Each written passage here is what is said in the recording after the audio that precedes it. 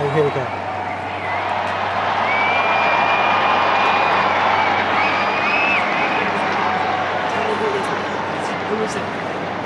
Welcome back to the Vatican, St. Peter's Square, where the proto-deacon of the College of Cardinals is going to announce the name any second of the new Pope. Annuncio vobis gaudium magnum.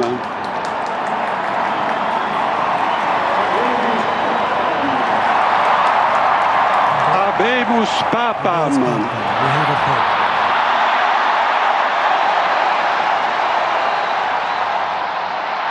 Eminentissimum, ac reverendissimum Dominum, eminentissimum, ac reverendissimum Dominum, Sancte Romane Ecclesiae, Cardinalem Prevost, qui sibi nomen imposuit Leonem XIV.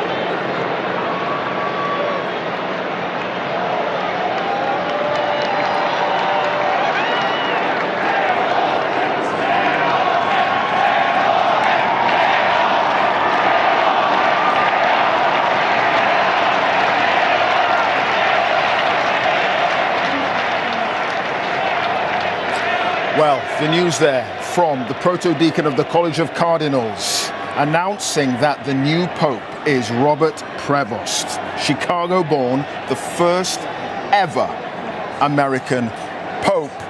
And I say there was a lot of excitement here in our live position, Austin, because you think this is a wonderful decision. This is a really, really bold decision to give the papacy, to hand the keys of St. Peter to the first ever American. But he's not an ordinary American because he spent most of his life in Peru and in Rome. He's an Augustinian friar, he's age 69. He spent 2 terms as the head of his order, the Order of St. Augustine, and in that role got to know, of course, the church across the world. Then for 10 years he was bishop in Chiclayo in the north of Peru, a very poor area. He's basically done everything. Francis then brought him here in 2023 and gave him a major responsibility to head up the dicastery for bishops, in which role he got to know people. What you get with this new Pope is a continuation of the Francis era, but he'll also get tremendous quality of management. He's a quiet, widely admired man, quiet in the sense that he's humble like Francis, a good manager, somebody who, as it were, brings those qualities of American pragmatism, which many of them, I think, wanted after the Francis era. So what you're really getting here is genuinely the fruit of the consensus, if you like, the 2 views present in the college. There we see all the cardinals on the balcony there here in St. Peter's Square, many of them smiling, many of them perhaps relieved that this huge, momentous decision has now been made and the church can move forward. Robert Prevost, Chicago-born, the first American Pope ever, and hopefully in the next few minutes we will hear him having moved out of his cardinal quarters, having taken off the cardinal's robes, and will now be wearing papal white. And I need to say his name, Pope Leo XIV. Leo XIV. Now this is important because Leo XIII was the great Pope of the late 19th century who wrote the great document on the rights of workers. So this commits him immediately to justice, to thinking of the poor. But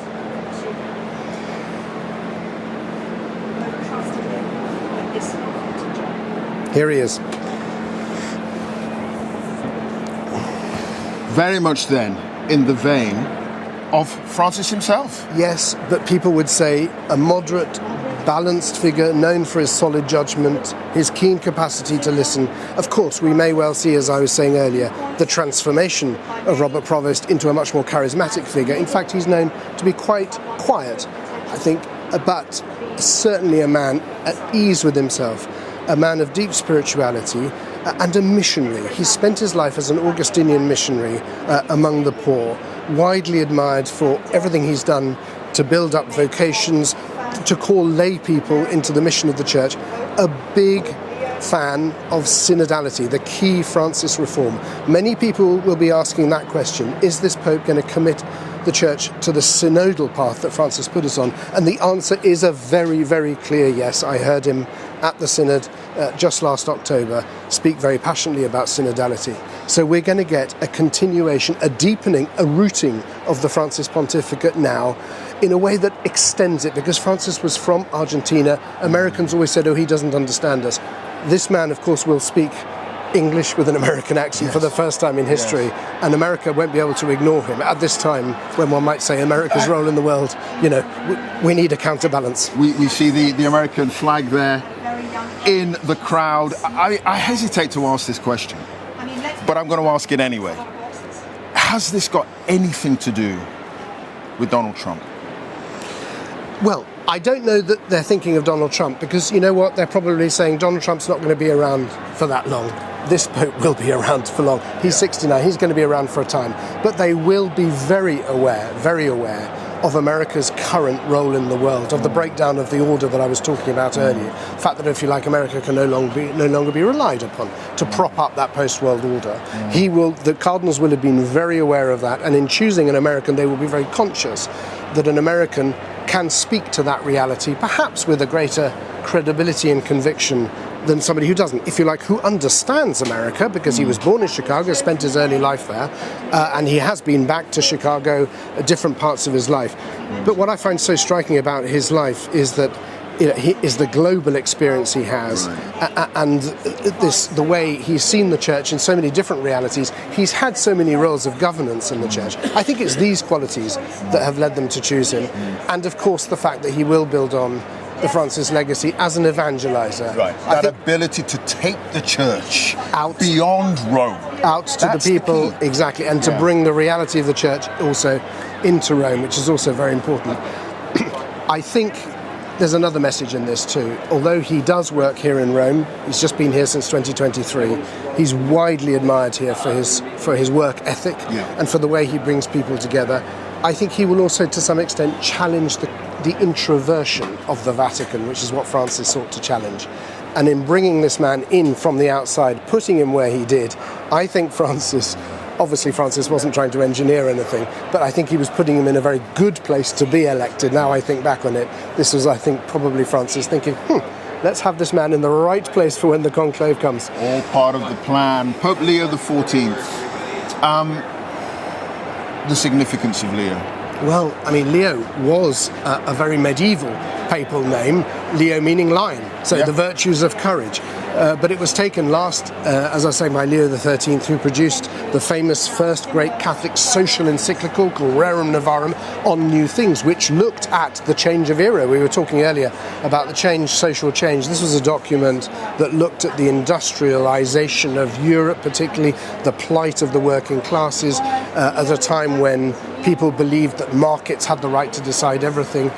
Pope Leo XIII said, no, there is such a thing as a just wage, there's a right to unionize, and half of Europe thought he was mad or communist or whatever, but in fact this is now Catholic social teaching. So I think he's sending a message that this will be a Pope concerned with the reality of how we live now, and he will deal with these questions of justice, of markets, of the poor, of the distribution of wealth. These are issues right at the heart of the gospel, if you like, reflecting on the gospel in our time. And right at the heart of our global debate about where we all fit into the world, frankly. We're looking at live pictures now of the crowds here in St. Peter's Square at the Vatican, where we're waiting for the new Pope, Pope Leo XIV, to address the crowds. That picture of him on the left there, that is, of course, from his time as a cardinal. Now he's been chosen by his peers to lead them and the global Catholic communion, 1.4 billion Catholics around the world. Something like, I'd say, I don't know, 70, 80,000, maybe up to 100,000 people here in St. Peter's Square waiting for those first words, and indeed the direction potentially that his speech Here he comes. may indicate he'll be taking the church, and here he is.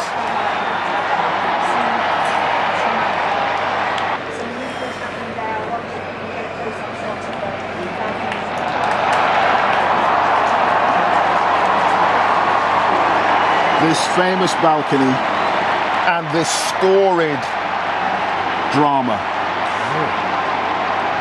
over centuries has now come to its conclusion.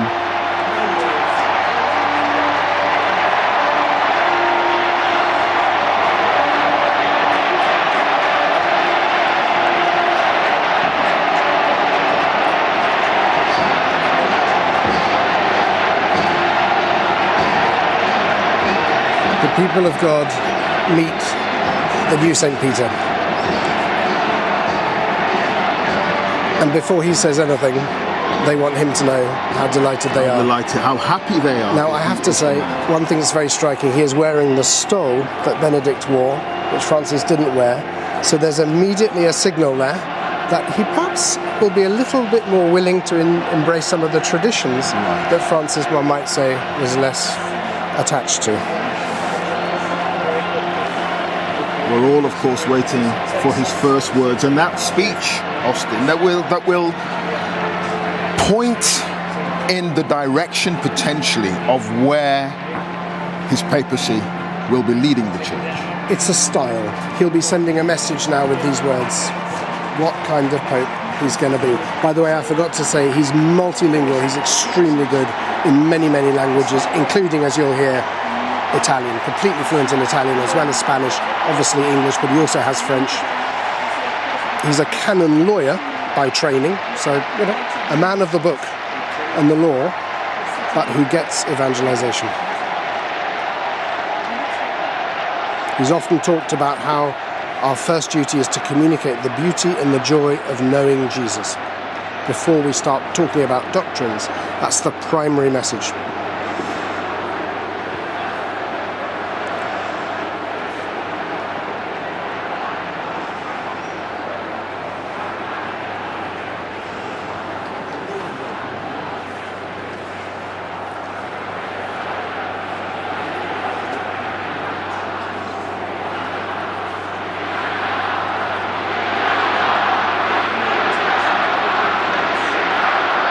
This really is a moment, isn't it, for the crowd to appreciate this moment. And for him to take that and respond, and his lovely smile there, Yeah. the wave, the thanks, the humility, the bowing of the head. He's an Augustinian friar. He's a man of a religious order. Humility is at the heart. And now we have La the first pace words. sia con tutti voi. La pace sia con tutti voi. May the peace be Fratelli, with all of sorelle you. carissimi. Questo è il primo saluto del Cristo risorto, il buon pastore Sisters, che ha dato dear la friend, vita per il this gregge di is Dio. the first greeting of Christ Io vorrei resurrected, che questo the saluto good di shepherd who has pace given life entrasse for the nel vostro flock of cuore, God. raggiungesse And le I vostre would famiglie, also like tutte this le greeting of persone, peace to ovunque enter siano, into our hearts a tutti i in order popoli, to a reach tutta la our terra. families, your La families, to pace all sia con people, voi. all of you, wherever you are, to all people, to all of earth. May peace be with you.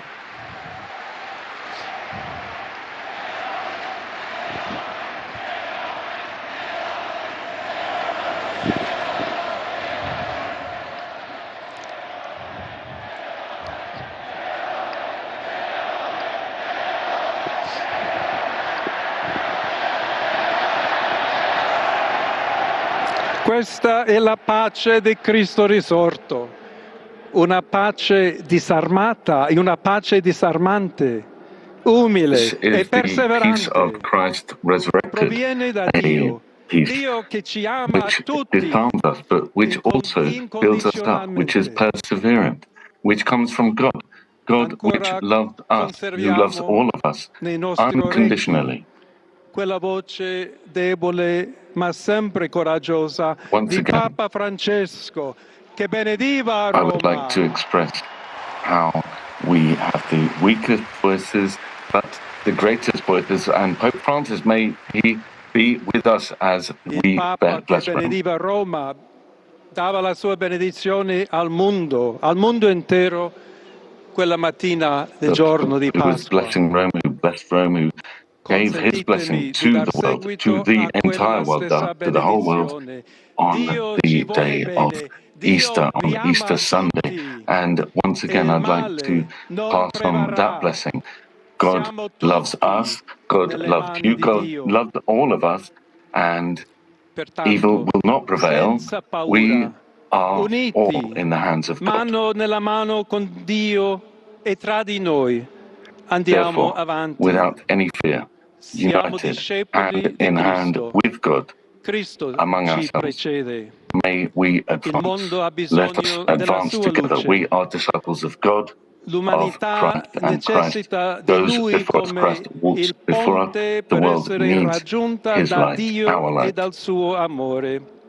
The humanity needs us Aiutateci anche as voi, the bridge poi gli uni gli to altri, reach a each costruire i other. ponti con il dialogo, con Allow us to l'incontro, help each other. unendoci You, tutti per us, essere un we must solo build popolo, bridges, sempre in pace. with dialogue, coming Grazie a together, Papa Francesco. uniting, becoming one single people in peace. And thanks to Pope Francis. Voglio ringraziare anche tutti i confratelli cardinali che hanno scelto me per I would also essere like to thank successore di Pietro all of e the camminare cardinals insieme a who voi have chosen come me Chiesa unita, to be cercando the sempre la successor of pace, Peter la and to giustizia, walk together with you cercando sempre in a lavorare united come church, uomini e seeking donne forever fedeli a Gesù peace, Cristo, justice, senza and paura, per looking to proclamare work il together Vangelo, per as essere women, men, missionari. faithful to Jesus Christ, without any fear, to proclaim the gospel and to be missionaries. Sono un figlio di Sant'Agostino, agostiniano, I am che ha a detto: son of Saint Augustus. con voi sono I'm an Augustine cristiano myself. e per voi vescovo.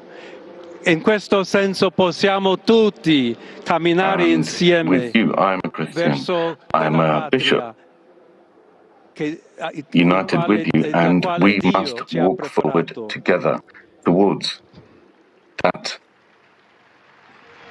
nationhood Alla which Chiesa God has prepared us for. di Roma un saluto speciale.